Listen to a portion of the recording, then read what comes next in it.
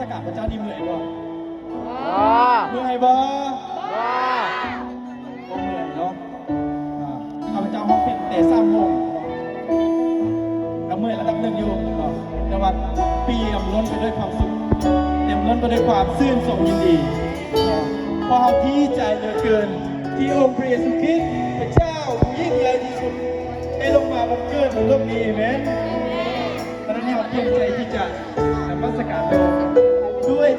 สุดหัวใจของพวกเราด้วยความตั้งใจของพวกเรา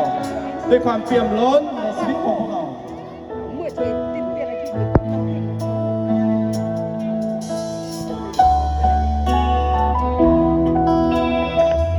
เมื่อ 2,000 กว่าปีที่แล้ว